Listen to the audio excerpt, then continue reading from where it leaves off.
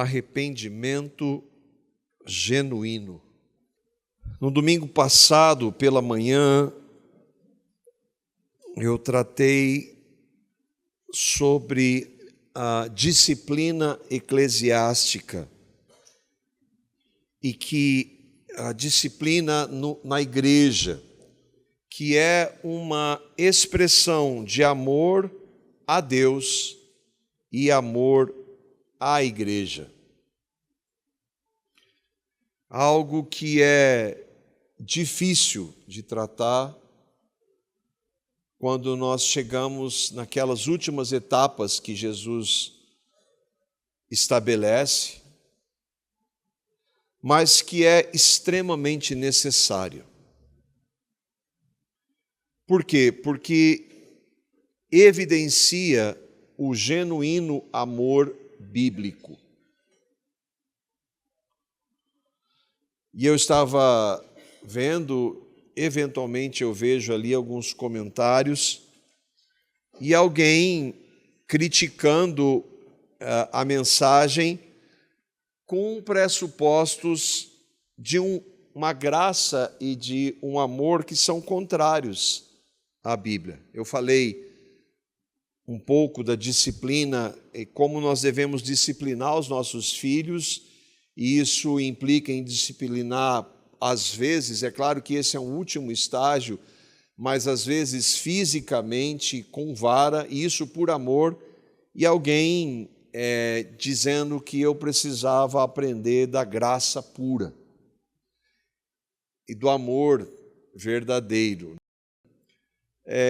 O que essa pessoa estava trazendo são conceitos mundanos que não conseguem entender que a disciplina é uma expressão de amor. Eu queria abrir aqui um breve parêntese, já antes da gente entrar no tema. A Bíblia fala, Paulo diz sobre a apostasia, em 2 Tessalonicenses capítulo 2, e que nós entendemos ali, porque apostasias, que são abandonos da fé, de pessoas que professavam e que se diziam cristãs, e talvez, é muito provável que você conheça pessoas que se diziam cristãs e de repente abandonaram a igreja, a fé. Apostasias sempre aconteceram. Mas Paulo, em 2 Tessalonicenses, no capítulo 2, ele fala da apostasia. Assim como João fala que de muitos anticristos sempre houve, mas ele diz que vocês ouviram que vem o anticristo. E nesse segundo capítulo de 2 Tessalonicenses, Paulo fala da apostasia associada ao anticristo. E eu creio que ele virá, e essa apostasia virá com algumas influências, especialmente sobre a igreja de Jesus. Uma dessas influências será a distorção da graça e do amor, que são os liberais. Eles sempre existiram, mas hoje eles crescem, têm popularidade pela mídia social. Muitos deles falam Jesus, Jesus, amor e graça, mas negam a palavra e negam várias verdades do Deus bíblico. Eles enganam muitas pessoas. Muitos evangélicos ouvem e acreditam nas mentiras desses que são liberais. Uma outra expressão que eu creio que vai vir nesse pacote, e é claro, é uma perspectiva minha, né? Você examine a palavra, é do ecumenismo.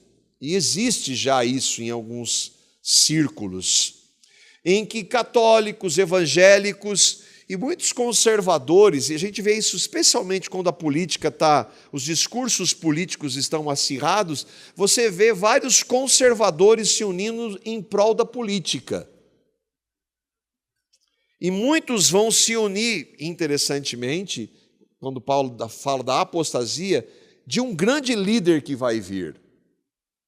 Então eu creio que vai haver isso também. E, por fim, esses são os chamados conservadores, e por fim, de falsos sinais e prodígios que o anticristo fará e que vai, e aqueles que são ávidos por sinais e prodígios, no meio pentecostal e neopentecostal, esse grupo todo, essa gama diferente de evangélicos e de cristãos, vão todos abraçar o falso ensino. É impressionante pensar. A gente vive realidades. Essa semana eu resolvi ouvir várias linhas de pregação, vários pastores, e é impressionante como esse movimento evangélico cresce, mas não tem nada de evangelho. Nada de evangelho. Tudo porque abandonarão verdades bíblicas fundamentais. E eu fecho aqui o parêntese. Essa moça, não sei quem ela é, nem de onde, quando ela fala da graça em oposição à disciplina, ela não entende. Mesmo porque o que foi citado, eu simplesmente citei o que Jesus, o autor da graça, disse. Mas, por favor, analise tudo isso à luz da Escritura.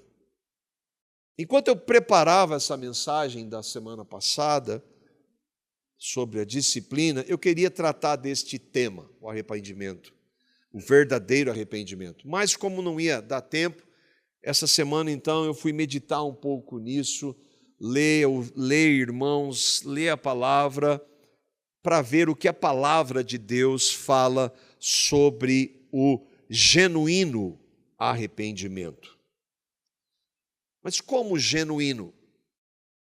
O Augusto trouxe hoje e citou um falso arrependimento, que nós vamos ver. Aliás, graças a Deus, nós temos de praxe aqui, que quando os irmãos vêm fazer a abertura antes da pregação, no início do culto, que todos eles devem trazer breves reflexões a respeito do que nós vamos pregar. E graças a Deus, como os irmãos têm feito isso, todos os irmãos que têm feito a abertura, como tem testificado, a gente não combina com nenhum deles, como Deus tem sido maravilhoso nisso também e tem testificado com esses irmãos, louvado seja o Senhor por isso, que tem feito essa abertura e tem sido uma introdução daquilo que nós vamos tratar.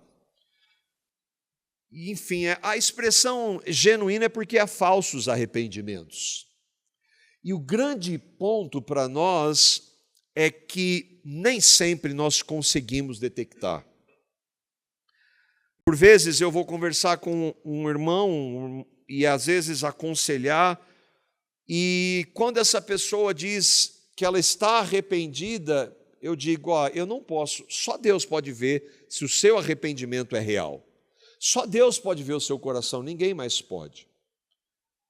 Mas a palavra nos orienta a respeito de sinais, de características de um verdadeiro arrependimento. E é isso que eu gostaria que nós pudéssemos tentar ver à luz da palavra, como nós podemos distinguir aqueles que se dizem arrependidos, mas que é um falso arrependimento, do verdadeiro arrependimento.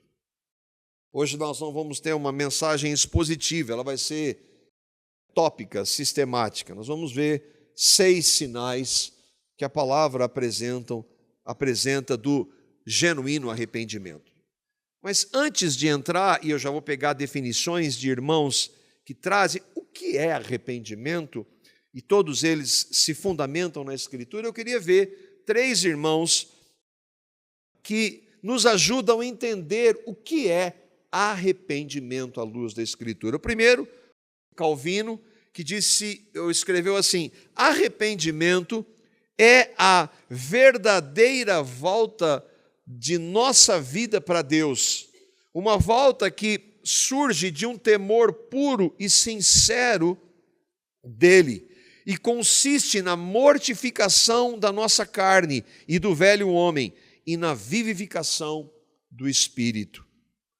Então, Calvino está tratando aqui que há evidências de alguém que professa, eu me arrependo, há sinais. O irmão John MacArthur, ele escreveu, o arrependimento é uma resposta interior Isso é fundamental. O arrependimento genuíno implora ao Senhor para perdoar e livrar do fardo do pecado e do medo do julgamento e do inferno. Hoje a ideia de que não, você não pode ter culpa, que você tem que se livrar da culpa. Não, a culpa ela tem o seu papel. Eu não posso estar como cristão em estado de culpa, mas a culpa tem um papel fundamental. E muitos hoje querem, inclusive, tirar isso de nós. Não é meramente, ele fala desse resposta interior, mas ele diz, não é meramente uma reforma comportamental, mas como o verdadeiro arrependimento envolve uma mudança de coração e propósito, ele inevitavelmente resulta em uma mudança de comportamento. Não é mudar de comportamento porque alguém espera, mas é porque houve uma mudança interior, inevitavelmente, nós vamos ver isso à luz da palavra, vai haver uma mudança exterior. Não é a exterior primeiro, é a interior, mas se for genuinamente arrependimento, que começa no coração, vai ser vista lá fora. E do Ministério Ligonier, a última definição, ele traz, lembra da palavra no grego, porque o Novo Testamento foi escrito no grego, a palavra metanoia é o termo mais comum traduzido como arrependimento, e significa literalmente mudança de mente. Mas lembra, não é só, há uma mudança de mente, mas vai além disso. É a mudança de uma perspectiva que estima o pecado, que gosta do pecado, que tem prazer no pecado, que quer continuar no pecado, para uma que considera o pecado abominável. As Escrituras entendem uma verdadeira mudança de mente como aquela que inclui mais do que uma mudança intelectual. Uma vida arrependida é uma vida transformada.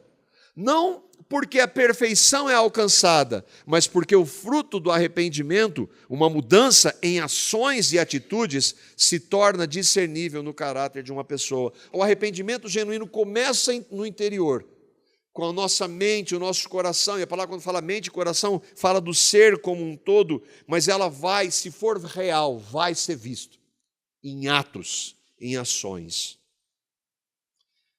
Diante disso, então, eu queria ver com vocês quais seriam esses sinais. E o primeiro sinal de um arrependimento genuíno é que ele se relaciona primeiramente a Deus. O Augusto trouxe aqui, aliás, o Augusto trouxe algumas verdades que nós vamos ver aqui. Isso que eu quis dizer alegra quando esses irmãos têm vindo reforçar aquilo que nós nem sequer conversamos sobre. Pecados atingem pessoas, normalmente atingem pessoas, e infelizmente pessoas que amamos. E para todo cristão isso traz pesar. Quando eu peco e o meu pecado atinge alguém, isso traz pesar.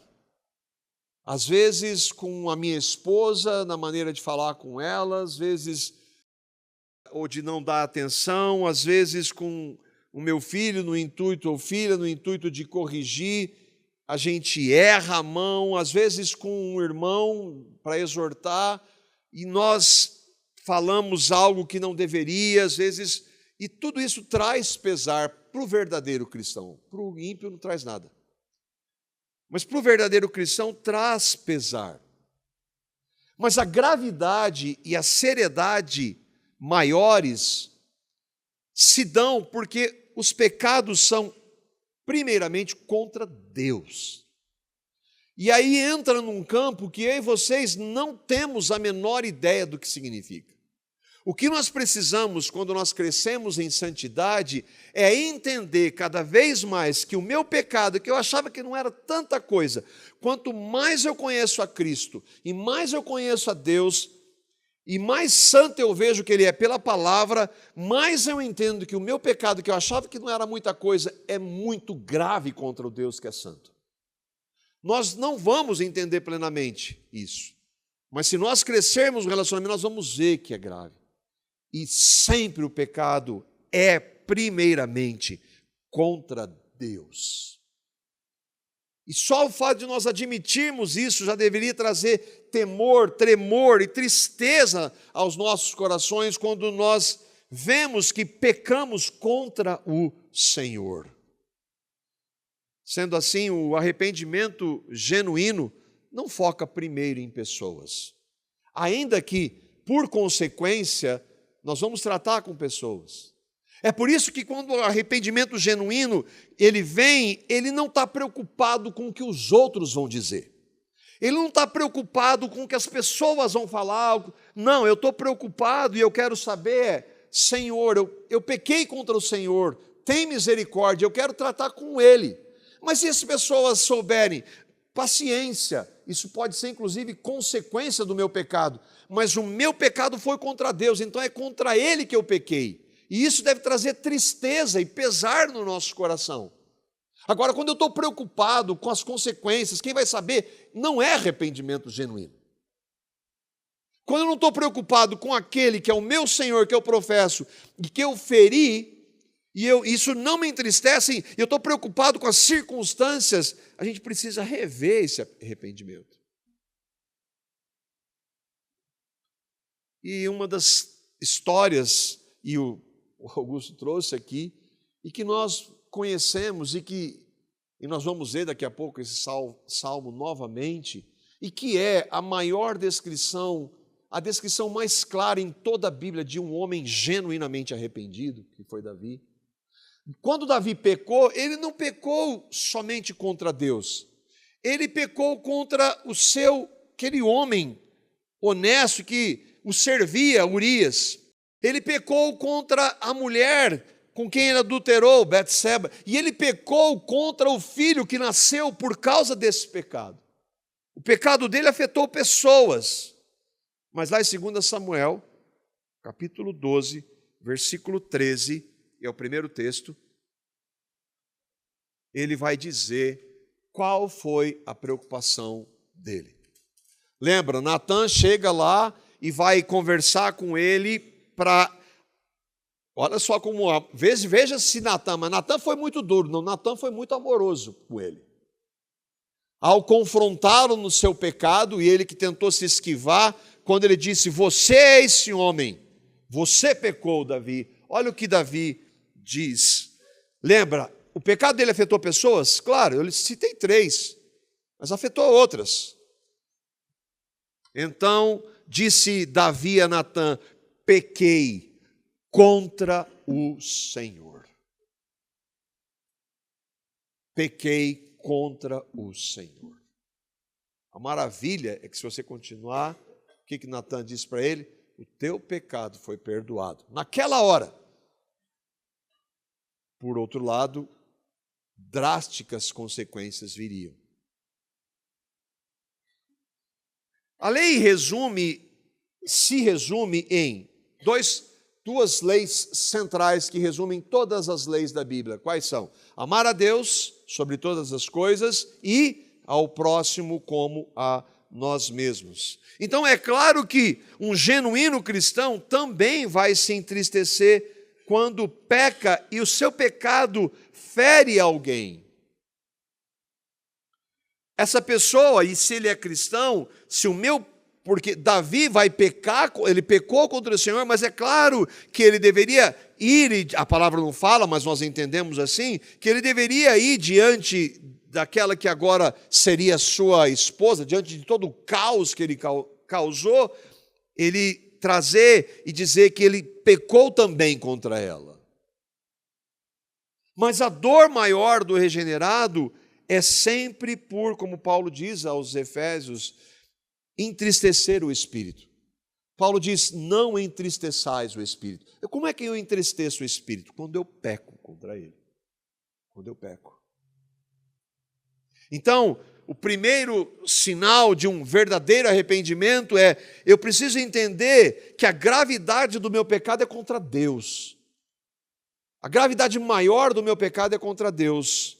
O segundo ponto, ou sinal de um arrependimento verdadeiro, é que ele é ordenado para a salvação. Outra coisa que não se trata em muitos lugares. é o amor, é o amor, é o amor, e não há um chamado ao arrependimento, que é absolutamente imprescindível para a salvação de uma vida. Com exceção dos neoliberais, eu chamo que liberais, dentro de teologia, os liberais eram alguns que há 200 anos negavam fundamentos como a divindade de Jesus, a trindade, a morte, a ressurreição de Jesus, o nascimento virginal, o nascimento que Jesus foi concebido de Maria quando ela era virgem. Esses eram liberais. Hoje há neoliberais. Eles vão dizer, eles não acreditam em tudo isso, mas eles negam a Bíblia. E eles chamam aquilo que é pecado à luz da Bíblia que não é pecado e que não precisa arrepender. Então, e é muito mais sutil hoje o que nós estamos vendo. Mas com exceção dos neoliberais, qualquer um que se diz cristão concorda com isso aqui, que é necessário o arrependimento para a salvação, ainda que em grande parte não se trate mais disso. E nós vemos isso na Escritura, misericórdia, inúmeras vezes. Nós vimos isso, por exemplo, no ensino claro dos profetas do Antigo Testamento e aquele profeta do Antigo Testamento que está no Novo Testamento, lá em Marcos, capítulo 1, verso 4, João Batista. João Batista é um profeta do Antigo Testamento que está no Novo ainda. E a mensagem dele qual era? Vamos ver? Marcos, capítulo 1, verso 4, e ele começa com essa mensagem. João Batista não estaria hoje sendo convidado para um coaching, mas de jeito nenhum. Ele era muito duro, não. Ele era cheio de amor, graça e misericórdia. Olha como é que ele começa. Apareceu João Batista no deserto, pregando o batismo de arrependimento para remissão de pecados. Então João Batista começa o ministério dele pregando o batismo de arrependimento para quê? Para remissão, para salvação, apontando para Cristo. Ele estava fazendo o batismo apontando para o Messias. Olha lá o Cordeiro de Deus, ele que tira o pecado. O batismo que a gente está fazendo aqui agora é para que vocês, crendo nele, vocês tenham seus pecados perdoados. Mas não somente os profetas, a gente poderia pegar inúmeros textos do Antigo Testamento falando dos profetas. O próprio Deus encarnado, como ele começa a sua mensagem. Pouco à frente, aí no mesmo capítulo, nos versos 14 e 15, e agora, para os neoliberais que criaram um Jesus, é Jesus aqui, como é que você vai fazer agora? Que Jesus está falando. Marcos capítulo 1, versos 14 a 15, Jesus, João escreve, depois de João ter sido preso, o João Batista foi preso, e porque ele era um coaching, ele foi decapitado. Depois de ser preso por pregar a verdade, chamar o arrependimento, e então ele vai morrer, foi Jesus para Galiléia pregando o Evangelho de Deus. Mas o Evangelho de Deus qual que é? É o único Evangelho, só tem um Evangelho. Dizendo, e qual era o centro da mensagem do Evangelho, Jesus? O tempo está cumprido, o reino de Deus está próximo, arrependei-vos e crede no Evangelho. Arrependei-vos, arrependam-se de quem vocês são, pecadores desde que nasceram. Arrependam-se dos seus pecados cometidos desde o momento que vocês nasceram, dos inúmeros pecados cometidos contra mim. Arrependam-se e creiam no Evangelho. Então, a mensagem do arrependimento está aqui claro para nós vermos. Mas aí nós vamos ir os apóstolos, um pouco à frente, Atos capítulo 2, quando Pedro, a primeira mensagem de Pedro, não é impressionante, irmãos, que a primeira mensagem de João Batista, de Jesus e dos apóstolos é arrependimento. E coincidentemente é a mesma do Antigo Testamento, com todos os profetas. Olha o que Pedro, lá em Atos capítulo 2, versos 37 a 38, Pedro, lembra, o Espírito Santo veio, falaram em outros idiomas, havia pessoas de várias nacionalidades. Então Pedro toma a palavra, ele vai fazer um relato histórico apontando para Joel, fala assim, o que está acontecendo aqui, o que o profeta Joel anunciou, e aí ele vai montando, pregando a palavra, aí fala, o Jesus que ele morreu na cruz, foram vocês que mataram. Pedro também está preocupado se ele ia morrer, antes ele estava, agora ele não está mais. Ele prega a palavra, e aí então aquelas pessoas começam, movidas pelo Espírito Santo, que tinha acabado de descer, começam a compungi-las ao quê? Olha o que o texto diz. Ouvindo eles, aquela multidão, estas coisas, compungiu-se-lhes o coração. Eles estavam impactados pela palavra, aquilo trazia arrependimento, dor para eles, porque é verdade, o Cristo que nós negamos, nós o crucificamos, ele era o Messias que nós esperávamos, e agora eles estão com seus corações compungidos, entristecidos, e eles perguntam a Pedro e aos demais apóstolos, o que faremos, irmãos? O que faremos, conterrâneos judeus? E aí então Pedro responde o quê? Arrependam-se. Arrependam-se. E mesmo que vocês, tendo crucificado o Deus encarnado, se vocês se arrependerem e crerem nele, serão perdoados. Arrependei-vos e cada um de vós seja batizado em nome de Jesus Cristo para a remissão dos vossos pecados e recebereis o dom do Espírito Santo. Então, a mensagem do arrependimento é central para a salvação. E o último texto que fala disso, 2 Coríntios, capítulo 7, verso 10, quando Paulo faz uma distinção muito clara da tristeza do mundo. Porque as pessoas, quando elas fazem alguma coisa errada e elas são pegas, elas ficam felizes. Até o ímpio fica triste, mas ele não está arrependido.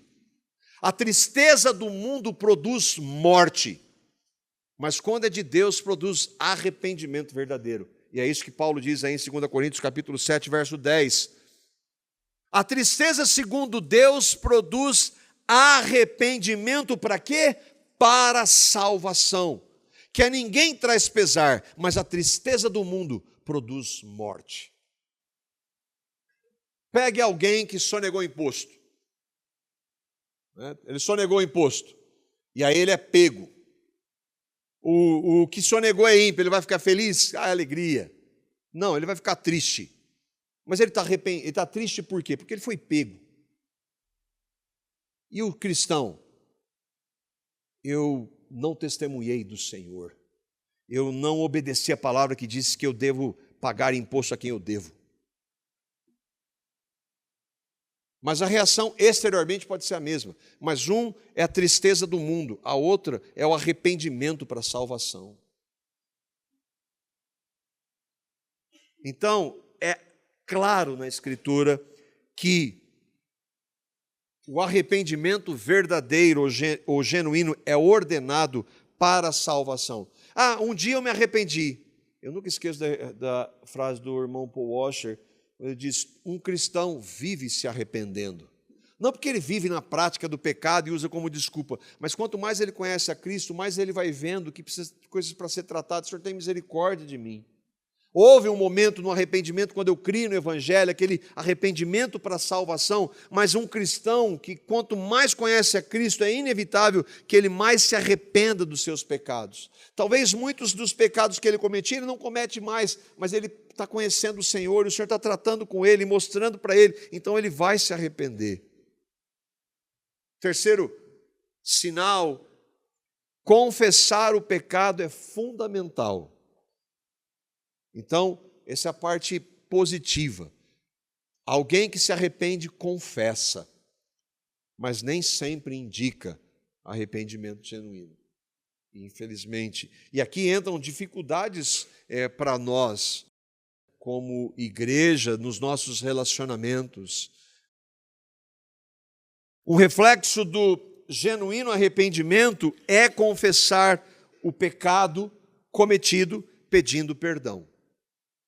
Se você pecar contra alguém, a gente já foi dar perdoar lá na cruz, né? É verdade, mas vai pedir perdão se você errou.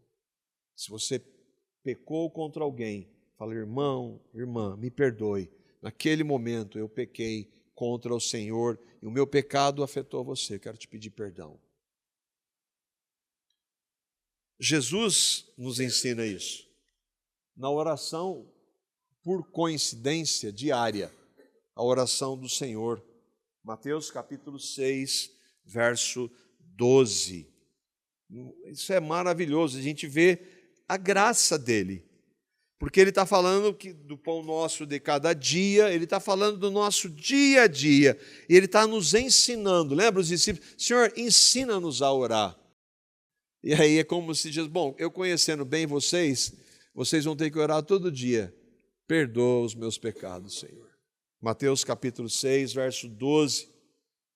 Jesus está nos ensinando a orar e ele diz assim, e perdoe as nossas dívidas, assim como nós perdoamos aos nossos devedores. É claro que não está falando de dívida financeira, ainda que dever, não devais coisa alguma a ninguém, é o que a palavra de Deus diz. Mas ele está falando de pecados, e Lucas 11, 4 vai falar, perdoa os nossos pecados, Jesus está dizendo.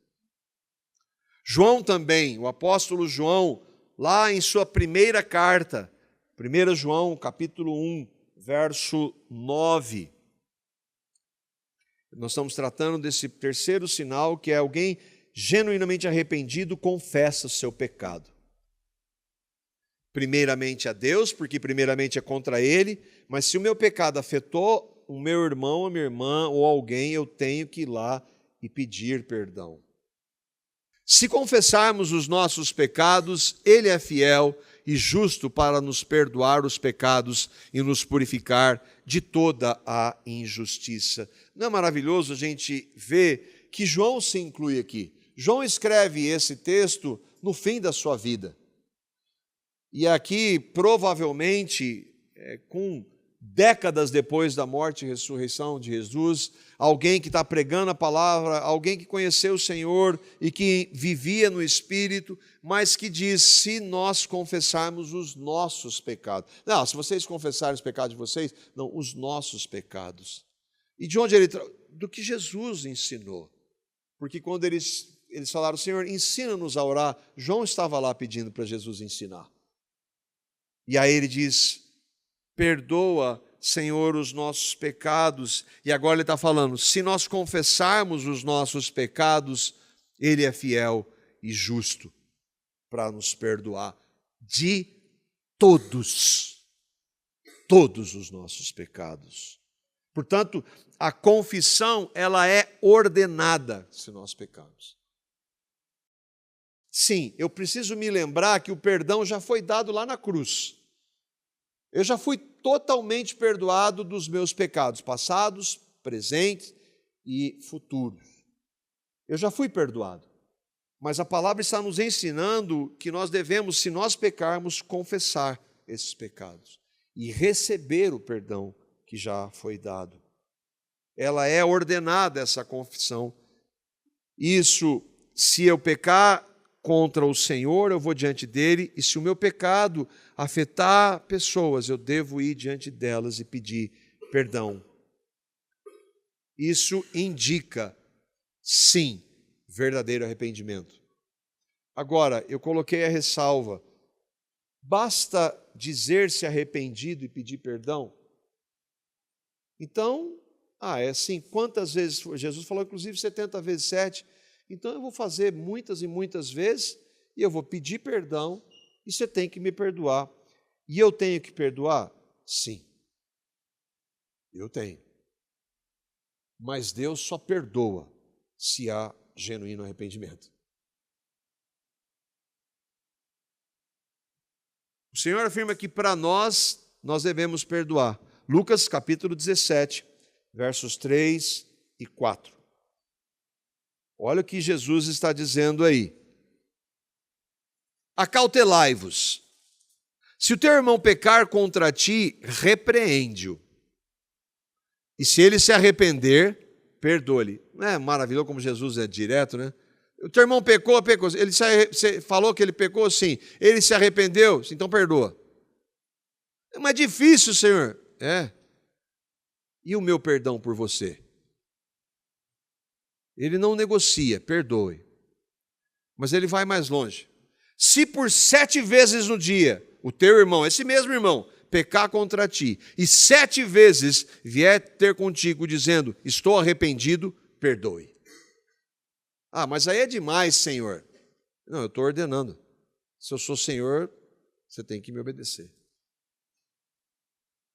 Então, a nós cristãos não existe a possibilidade do isso eu não perdoo. Isso aí não. Isso eu jamais faria. Aí você bate no peito como fariseu. Eu não sou como esse aqui. Só que quem foi justificado? O que se reconhecia pecador ou o que dizia isso não? Para nós não existe a possibilidade, isso eu não perdoo. Se você diz isso, você não é cristão. É simples assim, de acordo com Jesus. Isso porque nós somos perdoados de uma dívida impagável. Um único pecado contra Deus seria mais grave do que qualquer pessoa faça contra nós a vida toda. Isso não é força de expressão. Isso não é uma hipérbole. Lembra do primeiro ponto? Eu preciso ter noção de que pecado é grave porque primeiro é contra o Deus 3 vezes santo. Qualquer pecado que cometerem contra nós é nada perto dos nossos pecados contra Deus. Nós somos perdoados, então, se o ofensor confessar e pedir perdão, você deve perdoar. Agora, isso significa que houve genuíno arrependimento da parte do ofensor? Não necessariamente. Porque pessoas fazem isso.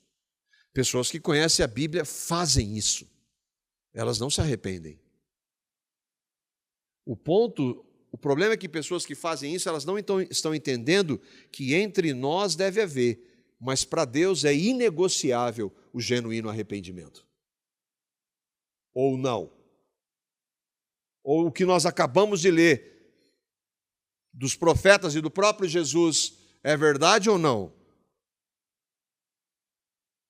Mas ainda que só Deus veja o coração, Ele nos mostra em sua palavra que o genuíno arrependimento requer evidências. Requer uma palavra que João Batista diz, frutos. Não basta dizer. E outra coisa, irmãos, ainda que nós não vejamos o coração, se você convive com a pessoa, você vai ver que aquele, eu estou arrependido, e continua na prática do pecado, é possível perceber. Olha o que João Batista, e retratou isso de maneira clara, Marcos capítulo 3, nós não temos tempo de ler o texto todo, versos 1 e 2 e os versos 5 a 9. João Batista estava, lembra? Ele iniciou seu ministério o quê? Batizando e chamando ao arrependimento. Bom, quem chega lá? Estão ouvindo desse homem, João Batista? Os fariseus, os religiosos, os mestres da lei. E ele está vendo que ele estava batizando aqueles homens. Vamos entrar nesse negócio aí também. Porque é um profeta, todo mundo está seguindo, vamos lá para ver como é. E ele, como ele era politicamente correto, ele vai receber muito bem aqueles homens. Mateus, capítulo 3, versos 1 e 2, versos 5 e 9, diz assim. Naqueles dias apareceu João Batista pregando no deserto da Judéia e dizia, arrependei-vos, porque está próximo o reino dos céus. Lembra? Nós já vimos isso. Então saíam a ter com ele Jerusalém, toda a Judéia e toda a circunvizinhança do Jordão, e eram por ele batizados no rio Jordão, confessando seus pecados. Lembra? Diziam-se arrependidos e confessavam os seus pecados, crendo no Cordeiro, no Messias. Vendo ele, porém, João Batista, que muitos fariseus e saduceus vinham ao batismo, ele diz, sejam bem-vindos. Porque ele está vendo, porque ele é um profeta de Deus, e ele está vendo de maneira sobrenatural, concedido a ele, vendo o coração daqueles homens. Disse-lhes aos fariseus e saduceus que eram os bambambãs, raça de víboras. E se você não sabe, raça de víboras não é um elogio. Raça de víboras, quem vos induziu a fugir da ira vindoura? Vocês acham que vem aqui e passa pela água aqui e continua essa vida de pecado? Vocês acham que vocês estão fugindo da ira vindoura? E eles sabiam de quem se trata. A ira vindoura não é do diabo, a ira vindoura é de Deus. E aí ele então diz: produzi, pois, frutos dignos de arrependimento. Porque vocês estão vendo que eles estão se dizendo arrependidos, confessando seus pecados e vêm do batismo. Mas vocês precisam mostrar que vocês estão arrependidos. E não comeceis a dizer entre vós mesmos: nós temos por pai Abraão, porque eu vos afirmo que destas pedras Deus pode suscitar filhos a Abraão. Ou seja, João Batista, vocês não se arrependem. Mas ele diz: nós temos por pai Abraão. Bom, Jesus falou assim: vocês não têm por pai Abraão. Vocês são filhos do diabo. Então, o discurso eles tinham, as orações eles tinham, a vestimenta eles tinham, mas não tinha arrependimento genuíno. O falar eles tinham. Entende como não basta dizer? Paulo pregando a Agripa, lembra do discurso a Agripa? Atos capítulo 26, 20, Paulo conta toda aquela história. A Agripa não está nem aí para o que ele está falando, mas está pregando a palavra. Eles pregam para qualquer um que surgir na frente, não tem medo de nada, nem de ninguém. E aí então ele conta todo o processo, por que ele está indo lá para ser condenado, e aí lá no versículo 20 de Atos 26, ele diz exatamente o que João Batista disse. Antes anunciei primeiramente aos que estão em Damasco e em Jerusalém, e por toda a terra da Judéia, e aos gentios que se emendassem e se convertessem a Deus, fazendo obras dignas de arrependimento. Ele pregava o arrependimento? É claro que ele pregava. Nós vimos lá ele falando aos coríntios, e nós vimos que o ministério dele está pautado em Cristo, então ele pregava o arrependimento. Mas fala assim, não é só dizer, não. Não é só passar pela água. Tem que haver evidência.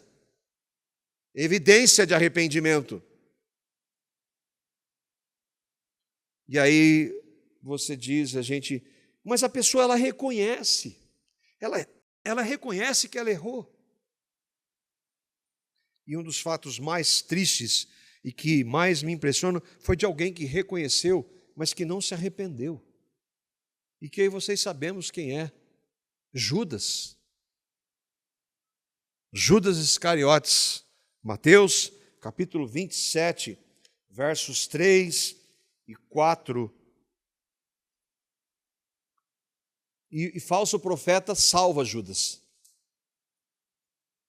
Tem liberal salvando Judas. Mateus 27, versos 3 a 4. Quando Judas, que o havia traído, viu que Jesus tinha sido condenado à morte, encheu-se de remorso. Essa versão é NVT. Encheu-se de remorso e devolveu as 30 moedas de prata aos principais sacerdotes e líderes do povo. Lembra? Ele negociou Jesus por 30 moedas de prata. E aí, quando ele viu que Jesus ia sofrer, e ele viu que tudo que ele fez foi injusto, ele encheu-se de remorso.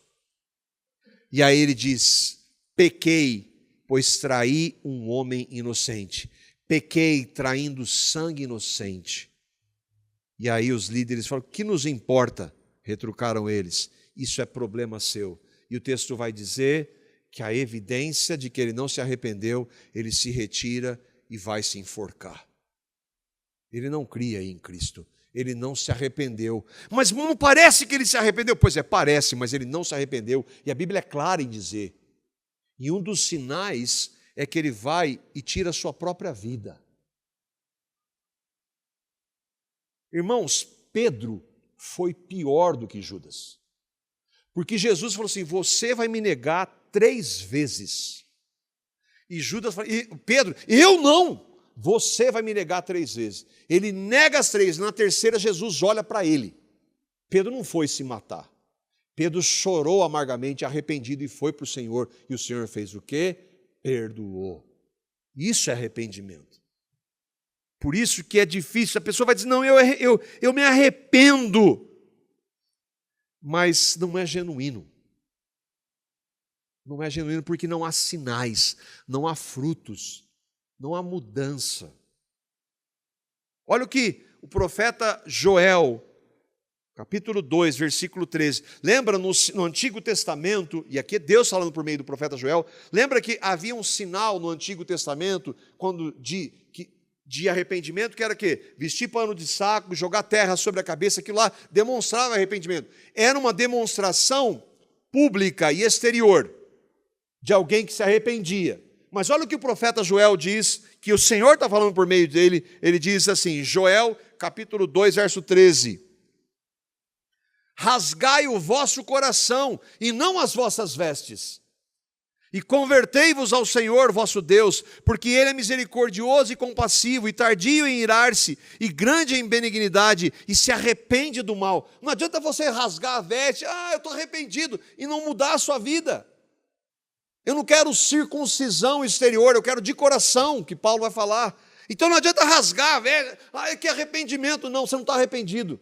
Agora, para nós, olha, ela se arrependeu. Mas para Deus, o que importa é o genuíno arrependimento.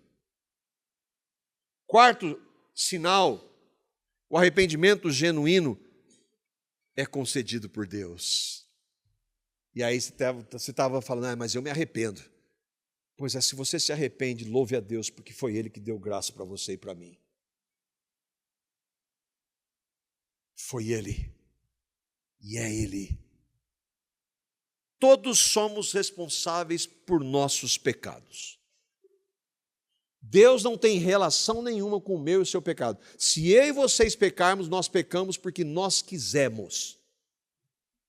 Pecado é meu, totalmente meu. É aqui que eu participo. Mas só se arrependem de seus pecados genuinamente diante de Deus, aquele para quem Ele, Deus, concede o arrependimento. Uma dádiva dada, dádiva é dada. Só aqueles que creem no Evangelho. E aqui eu preciso falar do Evangelho. O que é o Evangelho? O Evangelho é uma boa nova. A boa nova é o Deus encarnado que veio salvar pecadores como eu e você. Eu e vocês não temos a menor ideia de quão pecadores nós somos, mas mesmo assim Ele veio salvar. Você não está dizendo todos, não estou dizendo como eu e você. Mas como eu sei que eu sou salvo? Creia em Cristo. Arrependa-se de seus pecados. Coloque a fé sua, porque foi dada no que Cristo fez na cruz por você. E entenda que por mais pecador que você seja, não importa a gravidade dos seus pecados, se você crer em Cristo e se arrepender, Ele te perdoa de todos eles. Receba Cristo, creia na sua morte e ressurreição e saiba que quando Ele morreu naquela cruz, Ele não somente morreu por você, mas Ele fez com que você morresse no corpo dEle, para que agora Ele habite em você e Ele possa capacitar você a viver uma vida santa para a glória dEle. Você crê no Evangelho? Tem convicção? Se você creu no Evangelho, você se arrepende. Por quê? Porque o Espírito Santo concede arrependimento àqueles que creem. Pedro e Paulo explicam isso. Primeiro, Pedro, Atos capítulo 11, verso 18. Ele diz assim, lembra que eles estão pregando e aí pregam para os gentios, porque os judeus eles estavam num processo de crescimento na compreensão da palavra, eles achavam que o evangelho era só para eles, e agora então o evangelho começa a ser pregado para os gentios.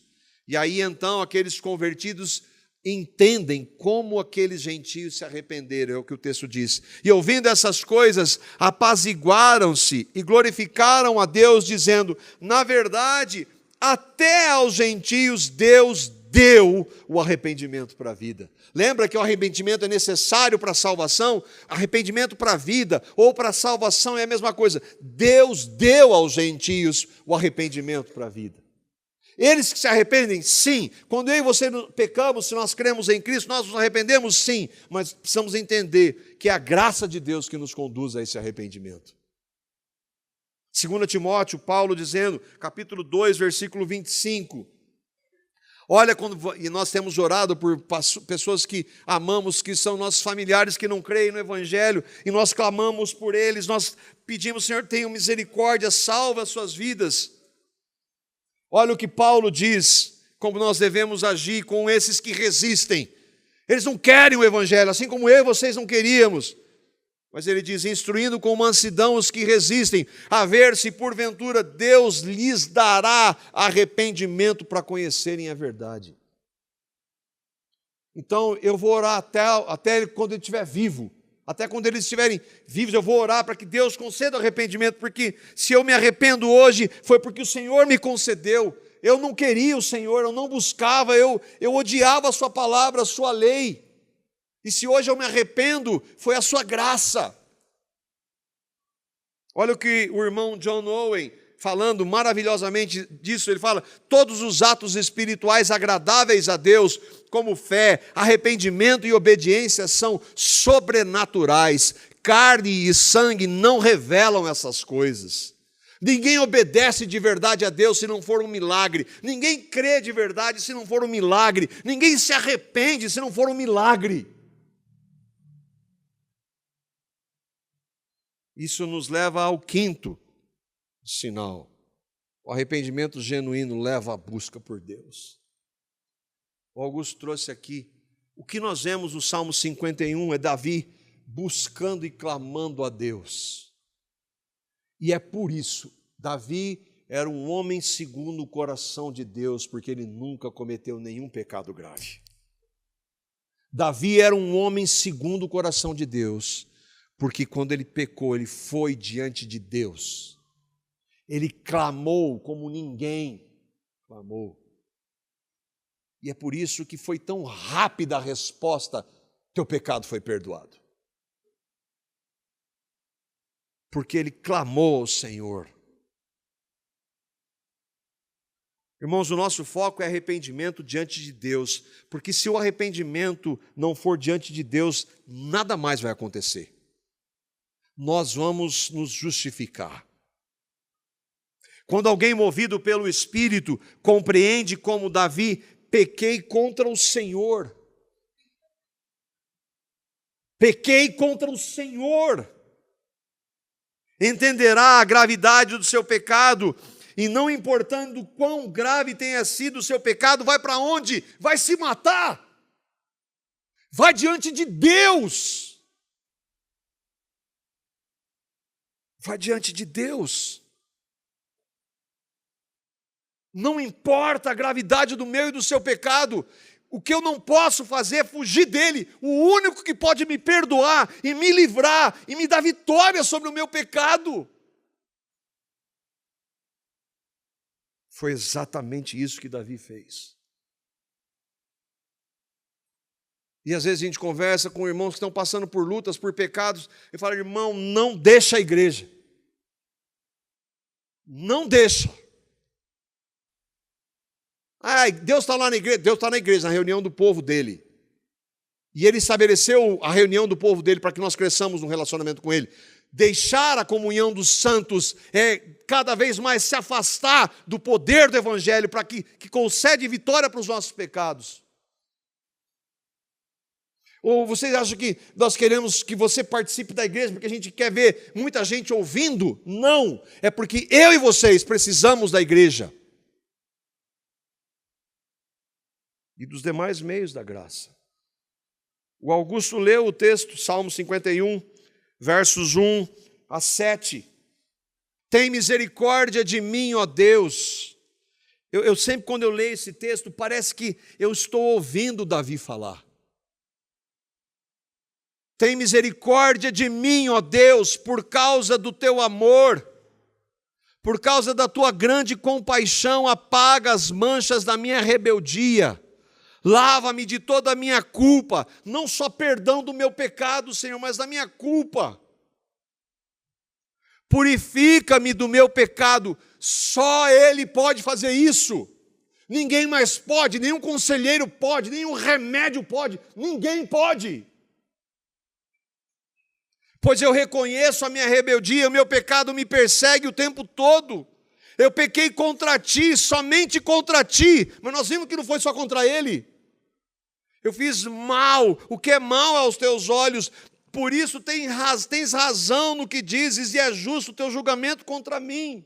A tua mão pesa sobre mim, Senhor, mas isso é um sinal de amor. Eu sou pecador desde que eu nasci. Esse homem, no seu pecado, trouxe uma das doutrinas fundamentais da Escritura, a nossa depravação total desde que nós nascemos. Deus usou o pecado dele, ele é responsável para trazer esse ensino para nós. Desde que a minha mãe me concebeu, tu, porém, deseja a verdade no íntimo, o genuíno arrependimento, e ele não resiste.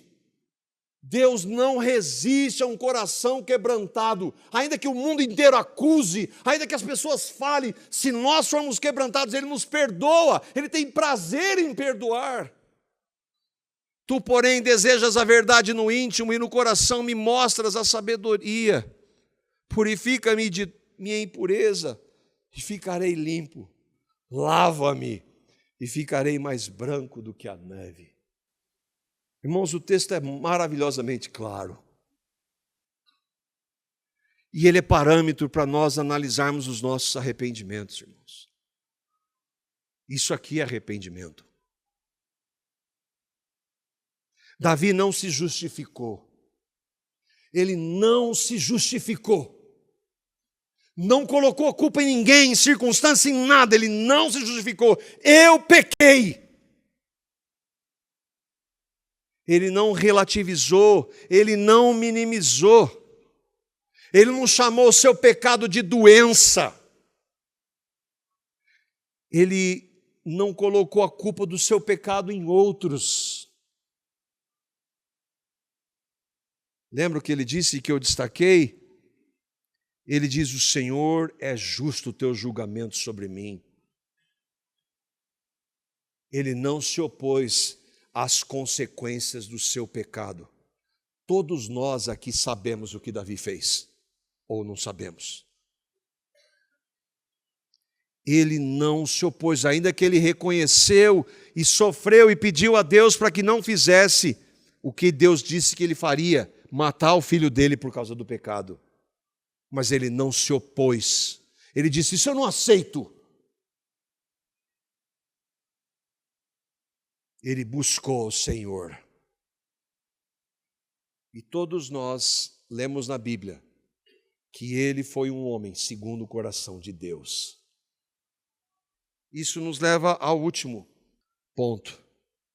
O arrependimento genuíno transforma a vida. Transforma a vida. Transforma caráter, transforma prática. O Evangelho não só justifica, o Evangelho santifica. Não há lutas, é claro que há lutas, muitas. E por vezes derrotas, sim.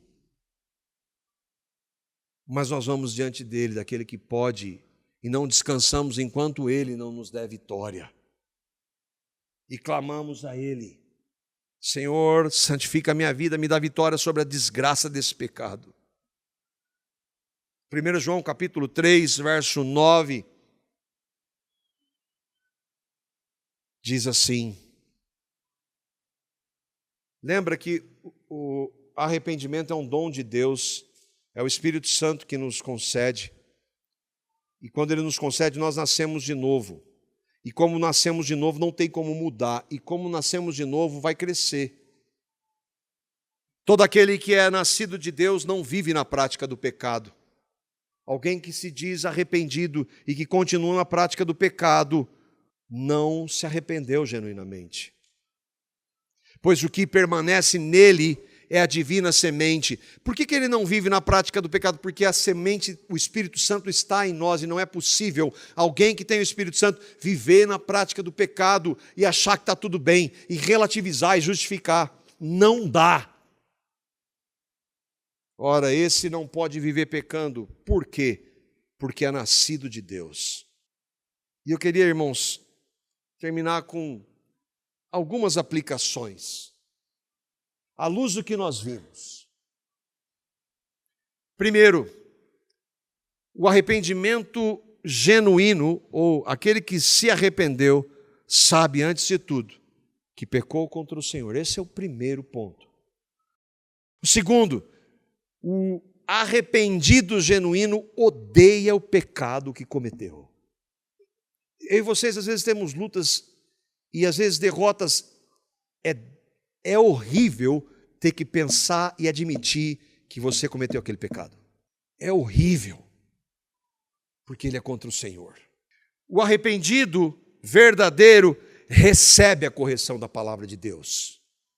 Recebe. Não minimiza, não se justifica, não coloca a culpa nos outros. Recebe a correção da palavra de Deus. O verdadeiro arrependimento aceita as consequências do seu pecado. Dói. Mas eu preciso entender, se eu estou sofrendo aqui agora, é porque eu fiz por merecer por causa do meu pecado. Eu já fui perdoado, eu tenho acesso ao Senhor agora que eu fui perdoado, mas Ele, para tratar comigo, vai permitir consequências. E eu, se eu me arrependo de verdade, ainda que doa, eu não estou dizendo assim, não, eu gosto, não, está doendo, mas eu recebo como vindo de Deus. O arrependimento genuíno não exige perdão. Você tem que me perdoar. Quem está arrependido não exige perdão. É perdoado pelo Senhor todas as vezes que for diante dele, mas não exige perdão, porque sabe da sua condição, que se não fosse a graça de Deus, do início ao fim, nunca, nem sequer buscaria o arrependimento. O arrependido genuíno sente a profundidade da dor que causou quando a gente ofende pessoas. Quando nós pecamos contra as pessoas que nós amamos, isso dói. Não justifica, não relativiza. O arrependido genuíno faz guerra contra o pecado. Faz guerra contra o pecado.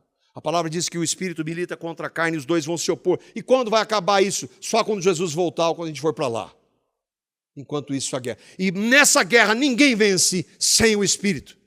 Sem andar em Espírito, como nós vimos hoje pela manhã. Ninguém vence nada sem o Espírito. O arrependido genuíno busca intensamente ao Senhor, para que Ele, como Jesus nos ensinou, lembra na oração? Ele ensinou, quando nós pecarmos, Senhor, tem misericórdia, me perdoa dos meus pecados, assim como eu perdoo aqueles que me ofenderam. E aí ele ora também, ensina a orar, Senhor, não deixa eu cair em tentação, toda hora, a todo momento eu preciso dEle, porque se não for Ele eu vou cair. E por último, o arrependido genuíno crê no perdão de Cristo.